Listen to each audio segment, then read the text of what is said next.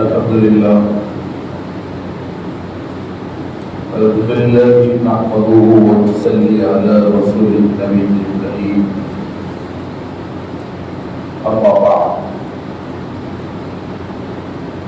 فأعوذ بالله من الشيطان الرجيم بسم الله الرحمن الرحيم إن الله وملائكته يصلون على النبي يا أيها الذين آمنوا صلوا عليه وسلموا تسليما اللهم صل على سيدنا محمد وعلى آل سيدنا محمد وبارك وسلم صدق الله العظيم وصدق رسوله النبي الكريم ونحن على ذلك لمن الشاهدين والشاكرين والحمد لله رب العالمين. حضرات محترم، اللہ رب العزت کا کرم ہے کہ اس پاک پروردگار کے کرم سے آج ہم یہاں اس کے گھر میں جمعہ جیسی عظیم عبادت کے لیے جمع ہے اور کرم پروردگار کا جس نے ہم سب کو پیغمبر آخر زمان حضرت محمد مصطفیٰ صلی اللہ علیہ وسلم کی امت میں رکھا اور آپ کی محبت و آپ کی اطاعت کو ہمارے لیے ذریعہ نجات بنایا. ماہ رمضان مبارک کے مقدس بابرکت محترم معظم و مکرم مہینے کا آغاز ہو چکا ہے. یہ مہینہ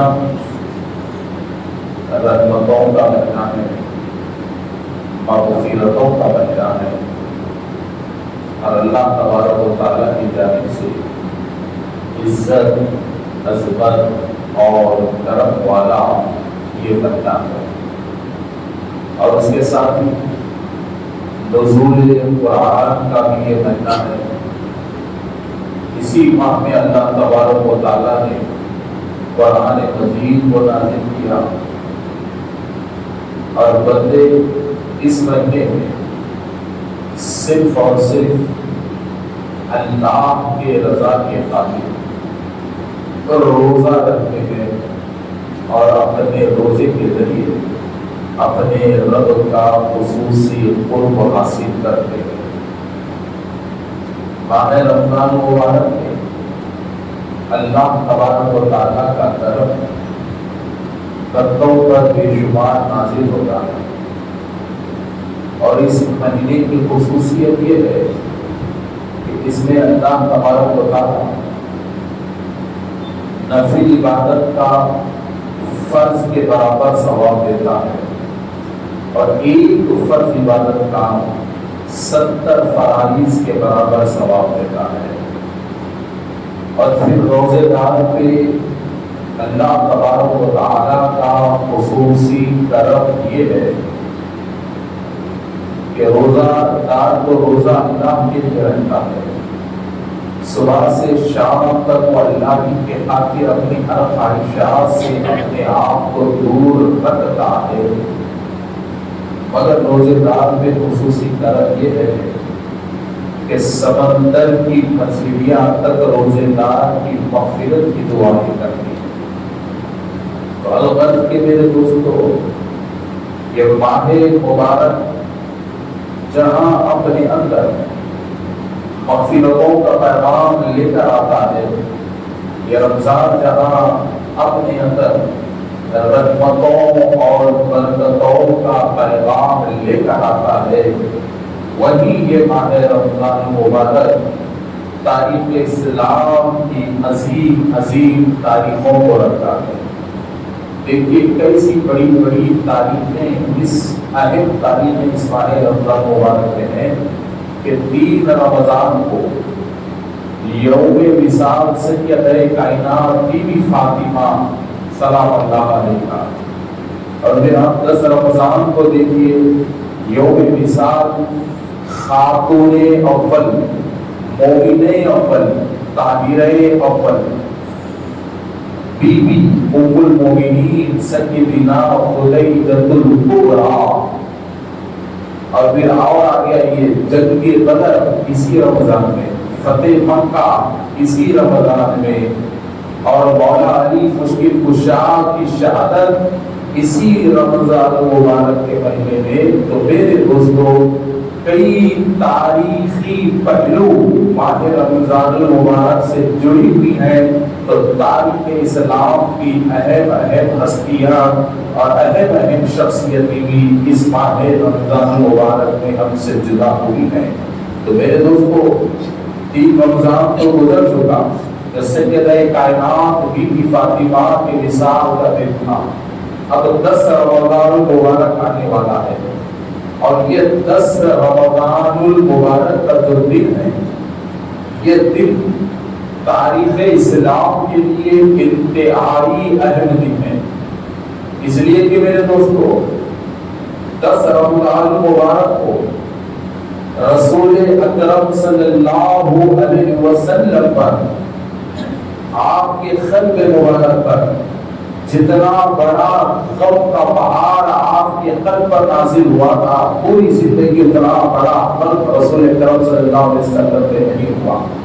اور یہ 10 رمضان المبارک کو سیدہ کائنات بی بی خدیجہ الکبریٰ، ام سیدہ کائنات بی بی خدیجہ الکبریٰ سلام اللہ علیہا کی رخصتی، اس دنیا سے آپ کا رخصت ہونا رسول اکرم صلی اللہ علیہ وسلم کے لیے اتنا دردناک لمحہ تھا کہ مکمل 1 سال تک آقا عالم صلی اللہ علیہ وسلم اس غم میں ڈوبے رہے، اور اس سال کو رسول اکرم صلی اللہ علیہ وسلم نے عام الحزن یعنی غم والے سال کے نام سے رسول اللہ نے موسوم کیا۔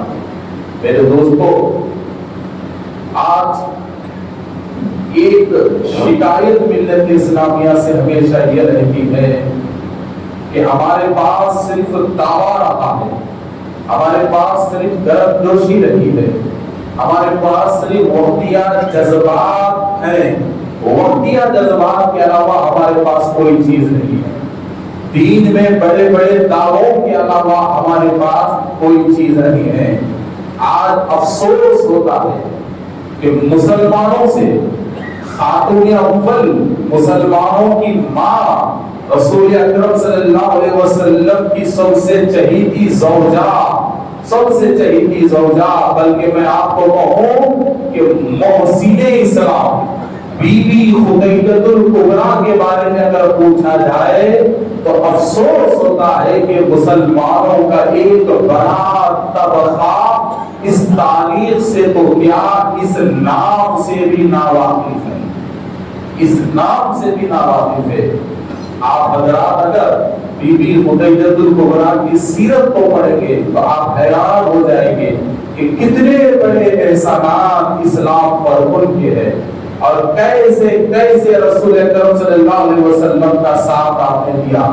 کون خدیجہ الکبریٰ؟ تو میرے دوست یاد رکھیے وہ بی بی خدیجہ الکبریٰ جنہیں زمانے نے ہمدم مصطفیٰ کہا، ہم خدم مصطفیٰ کہا، ہم راز مصطفیٰ کہا، ہم سفر مصطفیٰ کہا۔ ارے کون خدیجہ الکبریٰ جنہیں زمانے نے سب سے پہلے طاہرہ کہہ کر پکارا، سب سے پہلے جنہیں طاہرہ کہہ کر پکارا، جنہیں طیبہ کہہ کر پکارا گیا، وہ طاہرہ، وہ طیبہ کہ کائنات کی ہر عصمت اور ہر طہارت کا باب اگر کھلتا ہے تو بی بی خدیجہ الکبریٰ کے در سے کھلتا ہے۔ دنیا نے پاکی، پاک دامنی، عصمت، عزت، رحمت، وفا اور سینے کے اگر درس کو سیکھا ہے دنیا نے تو بی بی خدیجہ الکبریٰ کی چوکھٹ سے سیکھا ہے۔ تو اسلام میں عفت، عصمت، وفاداری، ہمدردی اور صلہ رحمی کی علم بردار کا نام ہے خدیجۃ الکبریٰ۔ میرے دوستو ذرا دیکھیے کہ کون خدیجۃ الکبریٰ؟ بیوہ ہے، بیوہ ہے، شوہر کا انتقال ہو چکا ہے، مگر آپ کی شان کتنی بڑی آپ کو معلوم ہے؟ کتنے عرب میں آپ کتنے مضبوط تھے، کتنے مستحکم تھے۔ کسی بے سہارا یا کمزور یا ڈری ہوئی یا مجبور وہ لاچار خاتون کا نام خدیجہ نہیں تھا میرے دوستو، بلکہ اپنے آپ میں مستحکم، دولت میں مضبوط، ہمت میں پکی، وحدانیت سے چور چور اور چار لوگوں کو پیٹ بھرنے والی خاتون کا نام خدیجۃ الکبریٰ تھا۔ اور پھر آپ کا گھر اور آپ کی چوکھٹ کا لیول کیا تھا؟ اللہ تبارک و تعالیٰ نے آپ کو اتنی دولت دی تھی، اتنی دولت دی تھی، اتنی دولت دی تھی کہ عرب کی کافر بی بی خدیجہ کی گھر کی گلی کا نام لینے کو اپنی عزت سمجھا کرتے تھے، آپ کے محلے کا نام لینے کو وہ اپنی محفلوں کی عزت سمجھا کرتے تھے۔ ایسا پوزیشن رسول اکرم صلی اللہ علیہ وسلم کے نکاح سے پہلے آپ کا تھا، اور بہت بڑی سرمایہ دار، بہت بڑی تاجر، مصر، حبشہ، شام جیسے بڑے بڑے علاقوں میں آپ کا کاروبار چلا کر رہا تھا، اور ڈیڑھ سو نوجوان آپ کے تجارتی مال کو سالوں لے جاتے، بیچ کر مکے کو واپس آتے، مکے کو واپس آتے۔ تو اس زمانے کی بہت بڑی بزنس مین عورت کا نام خدیجۃ الکبریٰ، عزت، شرافت اور عظمت میں ممتاز خاتون کا نام بی بی خدیجۃ الکبریٰ۔ اسی لیے رسول اکرم صلی اللہ علیہ وسلم نے فرمایا کہ خدیجہ اپنی دور کی عظمت والی خاتونوں میں ان کا شمار ہوتا ہے، اور آپ نے کہا کہ خدیجہ کی عظمت نرالی ہے، جداگانہ ہے، اور وہ اپنے زمانے کی عظمت والی خاتون ہے۔ میرے دوستو ذرا دیکھیے کہ ہم مختصر سیدہ بی بی خدیجۃ الکبریٰ کی سیرت کی جھلکیوں پر نظر ڈالتے ہیں کہ سب سے پہلی چیز کہ بت پرستی کے دور میں بت پرستی سے وہ دور تھی، کفر کے دور میں وہ کفر سے دور تھی، وہ کفر سے دور تھی۔ آپ کا تجارتی دبدبا اتنا تھا کہ مکے میں لوگ تو بند کمروں میں بولتے تھے کہ خدیجہ مندر کو نہیں آتی، بت پرستی نہیں کرتی، ان کے گھر میں بت نہیں ہے، وہ آج تک بتوں کے سامنے نہیں آئی۔ مگر دبدبا ایسا تھا، عزت ایسی تھی کہ کوئی کھلے عام سامنے نہیں کہتا تھا۔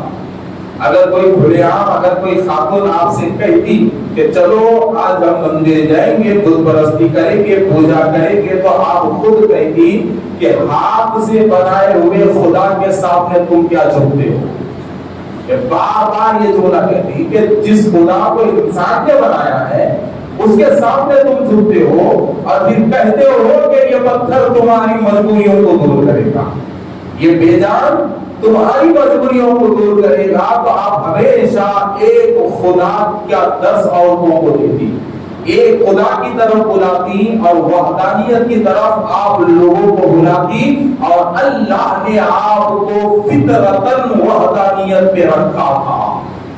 تو میرے دوستو تو ذرا دیکھیے کہ ایک دن ہوا کیا، اللہ تعالیٰ کیسے راستے بناتا ہے کہ ایک اسباق عصمت طیبہ طاہرہ خاتون جو بزنس مین کے نام، جو ایک مشہور تاجر کے نام سے جانی جاتی ہے، مشہور تاجرہ کے نام سے جانی جاتی ہے، مشہور کاروباری عورت کے نام سے جو جانی جاتی ہے، جن کے ہاتھ میں 150-200 نوکر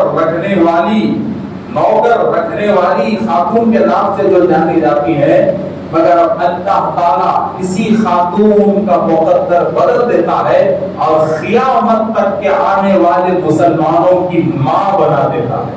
اور کیسے بناتا ہے ذرا دیکھیے کہ رات کا وقت ہے، بی بی خدیجہ الکبریٰ خواب دیکھتی ہیں۔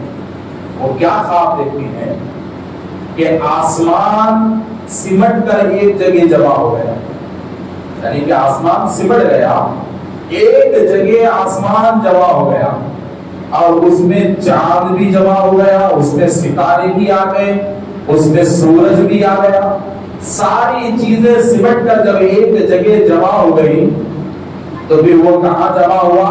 مکے کی زمین پر جمع ہوا، اور مکے کی زمین سے وہ آسمان سمٹ کر آپ کی گھر کے چوکھٹ پہ آیا، گھر کے چوکھٹ سے گھر کے اندر آیا۔ اب جب سارا آسمان آپ کے گھر کے اندر آ گیا تو آپ کے گھر کے اندر سے روشنی ایسی پھیلی کہ اس روشنی سے سارا عرب روشن ہو گیا، سارا عرب روشن ہو گیا۔ تو یہ بڑا نرالا خواب آپ نے دیکھا تھا، بڑا نرالا تھا، بڑی حیران ہوئی، کیونکہ زندگی میں اس سے پہلے ایسا خواب آپ نے نہیں دیکھا تھا۔ بڑی حیران ہو گئی کہ اس خواب کا مطلب کیا ہو سکتا ہے۔ تو اس زمانے میں ورقہ بن نوفل خواب کی تعبیر بتانے میں بڑے ماہر اہل کتاب تھے، تورات اور زبور کا بڑا شاندار علم رکھنے والے تھے ورقہ بن نوفل، اور چچیرے بھائی بھی تھے۔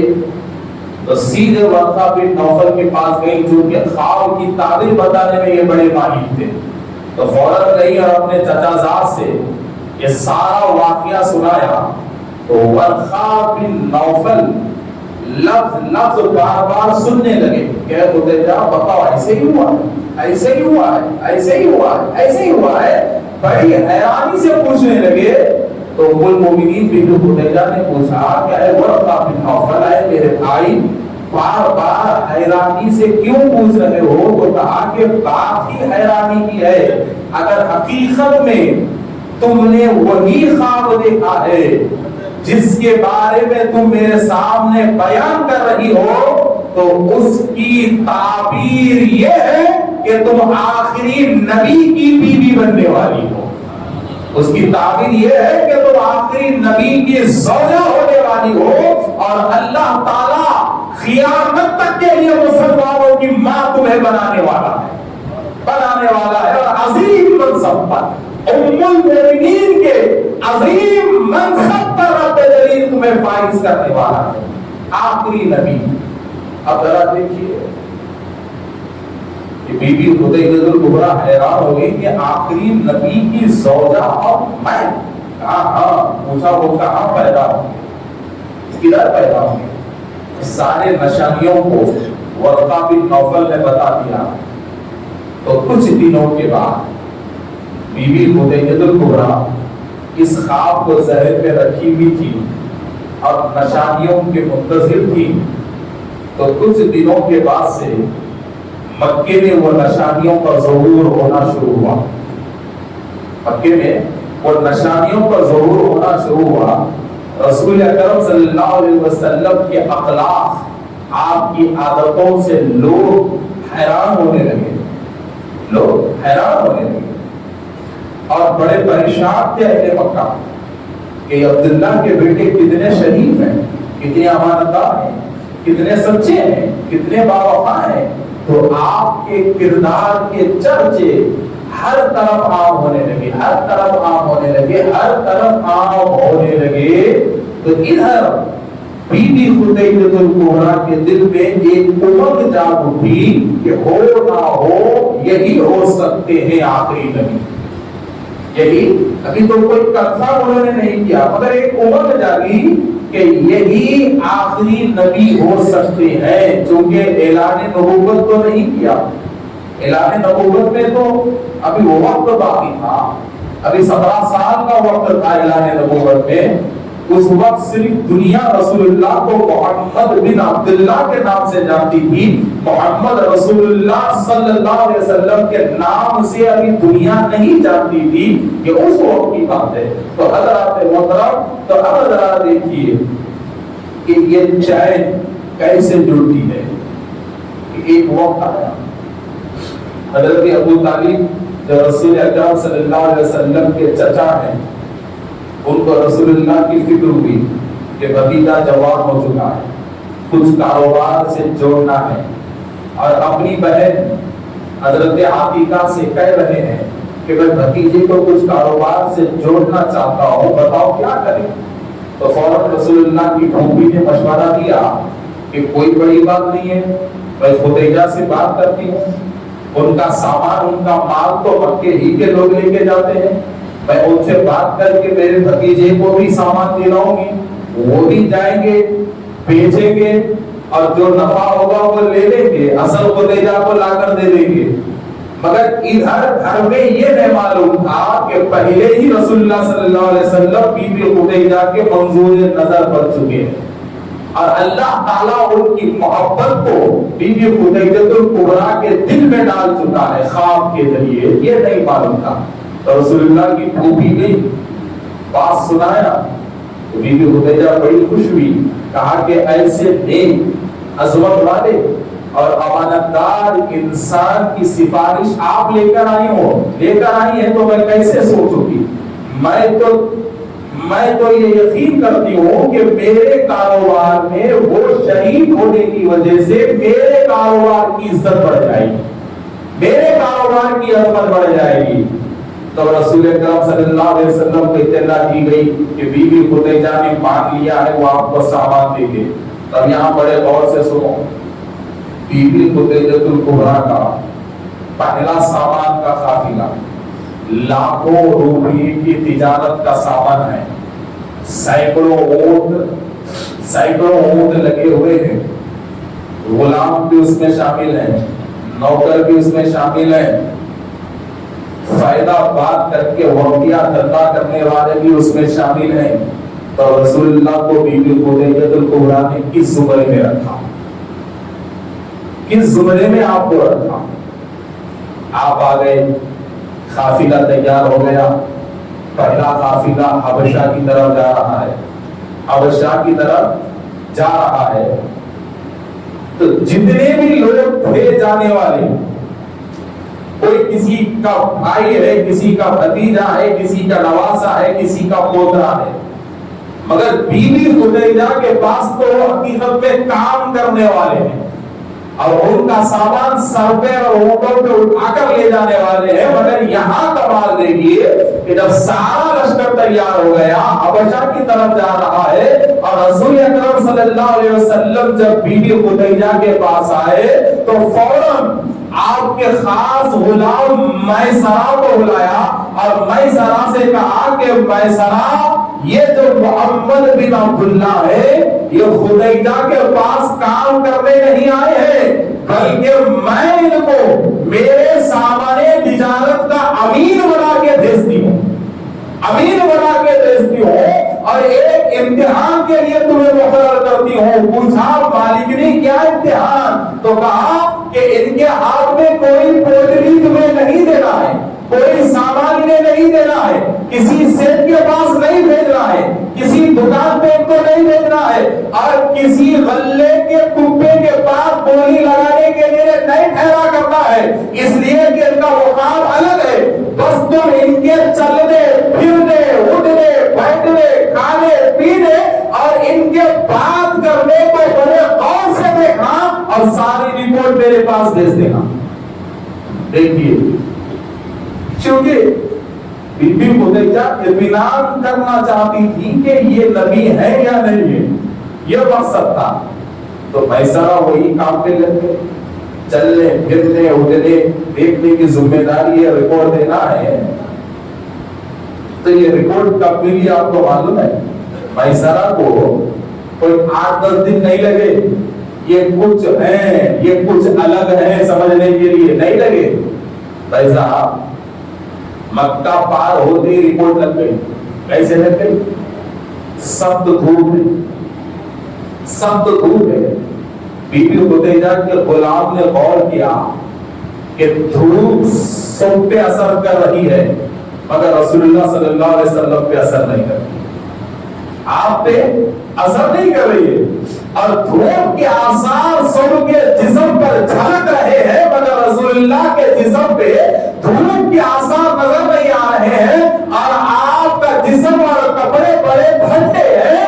بڑے حیران ہو گئے کہ دھوپ انہیں کیوں نہیں لگ رہی ہے۔ جب آسمان کی طرف سر کیا تو میسرہ حیران ہو گئے کہ رسول اللہ جیسے جیسے چلتے ہیں آسمان کا ایک ٹھنڈے بادل کا ٹکڑا رسول اللہ کو چھتری کیے ہوئے ساتھ ساتھ آ رہا ہے۔ رسول اکرم صلی اللہ علیہ وسلم کو چھتری کیے ہوئے ساتھ ساتھ آ رہا ہے، تو حضرات محترم بادل کیوں رسول اللہ کو سایہ کر رہا تھا؟ بادل کیوں رسول اللہ کو سایہ کر رہا تھا؟ یہاں سمجھنے والی بات ہے، اس لیے کہ میرے دوستو ہر وی آئی پی کا دنیا میں ایک پروٹوکول ہوتا ہے، ایک خاص درجہ ہوتا ہے راستے پہ چلنے کا۔ تو میرے نبی جہاں چلتے تھے وہاں آسمان پہ بادل سائے کی طرح رسول اللہ پہ آتا تھا، تو یہ میرے نبی کے نبوت کا پروٹوکول تھا جو اللہ نے دیا تھا، جو اللہ نے دیا تھا کہ دنیا کو بتانے کے لیے کہ تم الگ ہو، یہ الگ ہے، تم الگ ہو یہ الگ ہے، یہ بتانے کے لیے اللہ نے وہ خصوصیت رکھی تھی کہ رسول اللہ راستہ چلتے تو ٹھنڈا بادل رسول اللہ کو سایہ کرتا، اور وہ ٹھنڈا بادل رسول اللہ کے لیے چھتری بن جاتا، اور اس چھتری کے سائے میں رسول اللہ راستہ چلتے اور دھوپ محسوس نہیں ہوتی۔ تو میں ذرا نے یہ پورے سفر میں دیکھا، اور تعجب کی بات اس تجارت کے سامان میں فائدہ ڈبل ہوا، اور پلان تھا 1 مہینہ رکنے کا، 15 دن میں سامان ختم ہو گیا، قافلہ واپس آ گیا، اور ساری چیزیں میسرہ نے اپنی مالکنی کو سنایا کہ اماں ایسا ہے، بادل سایہ کر رہا، فلاں کر رہا، یہ کر رہا، ایسا، یہ ساری چیزیں سنائے۔ تو اب یہاں امنگ اور بڑی کہ یہی ہو سکتے ہیں آخری نبی، اور منگوڑی کہ یہی ہو سکتے ہیں آخری نبی۔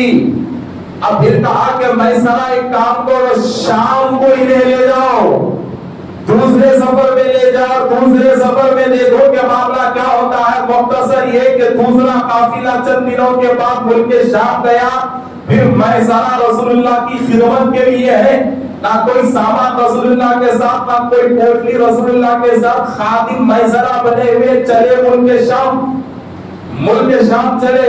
وہی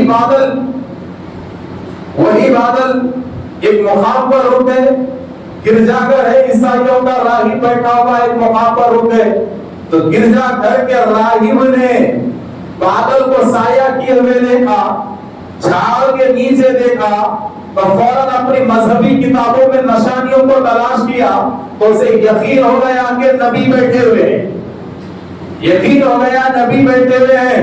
اب ایک نبی کی وہ مہمان نوازی کرنا چاہتا ہے تو کیسے کریں؟ تو فوراً میسرہ کو پکڑا، کہا کہ تمہارے پورے قبیلے کی دعوت ہے، پورے قافلے کی دعوت ہے، آ جاؤ۔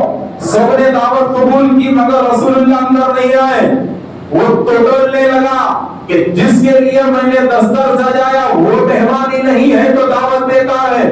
میسرہ سے پوچھا ایک کی کمی ہے؟ تو کہا اچھا ان کی، محمد بن عبداللہ کی، وہ سب سے الگ رہتے ہیں، وہ سب سے الگ رہتے، ابھی بھی الگ ہے۔ کہاں ہے؟ کہا وہ جھاڑ کے نیچے گیا۔ یہ راہب عاجزی کی تشریف لائے، تشریف لے کر آئے، اکیلے میں رکھا، پوچھا کہ حضور 2 سوالات ہیں، جواب دیجیے۔ رسول اللہ نے کہا پوچھو کیا بات ہے؟ تو کہا کہ یہ بتائیے آپ کا نام کیا ہے؟ کہا میرا نام محمد ہے۔ کہا یہ بتاؤ والد کا نام؟ کہا عبداللہ۔ دادا عبد المطلب۔ کہا پر خاندان؟ کہا بنو ہاشم۔ کہا بنو ہاشم میں شاخ کون سی؟ کہا قریش کی۔ تو کہا کہ آپ قریشی ہیں، ہاشمی ہیں، عبد المطلب کے پوتے ہیں، عبداللہ کے بیٹے ہیں، تو ایک کام کیجئے، ایک اور چیز بتائیے، تھوڑا اپنا سینہ بتا دیجئے، اس لیے کہ آپ ہاشمی ہیں, محمد نام ہے, بنو ہاشم سے ہے, تو پھر آپ کے پاس مہر نبوت ضرور رہے گی, مہر نبوت آپ کے پاس ضرور رہے گی جو اللہ نے عطا کی تھی. اور ہمارے کتابوں میں ذکر ہے تو میرے نبی نے 2 شاموں کے بیچ میں مہر نبوت کا دیدار کروایا.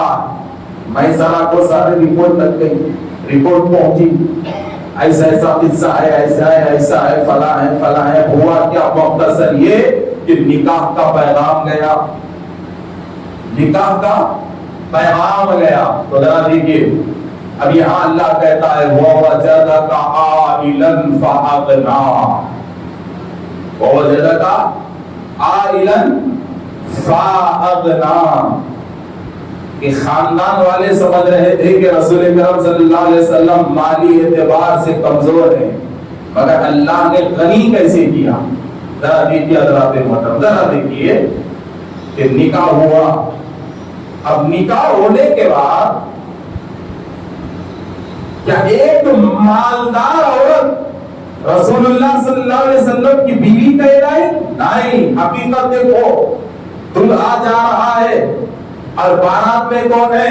حضرت ابو طالب ہے, حضرت ابو بکر صدیق رضی اللہ تعالیٰ عنہ ہے, عمار بن یاسر رضی اللہ تعالیٰ عنہ ہے, اور دوسرے کئی رسول اللہ صلی اللہ علیہ وسلم کے جوانی کے دوست ہیں. یہ سارے کے سارے باراتی جا رہے ہیں. بی بی خدیجہ الکبریٰ کی گھر کی گلی کو سجا دیا گیا, گھر کی چوکھٹ آئی تو زمانے نے دیکھا کہ آج دلہے کا استقبال پھولوں کے ذریعے ہوتا ہے, مگر وہ دلہا محمد مصطفیٰ تھے, دلہن خدیجہ الکبریٰ تھے, اور چوکھٹ عرب کی بہت بڑی رئیس خاتون کی چوکھٹ تھی. تو بی بی خدیجہ رسول اللہ کا استقبال کرتی ہے. تو کیسے استقبال کرتی ہے میرے دوستو, کیسے استقبال کرتی ہے؟ ذرا دیکھیے کہ معصوم بچیاں اور بی بی خدیجہ الکبریٰ کی باندیاں چوکھٹ پر لائن لگا کر ٹھہری ہوئی ہے, اور ان کے ہاتھ میں تشت ہے, اور وہ تشت خالی نہیں ہے. کسی تشت میں زمرد ہے, کسی تشت میں سونا ہے,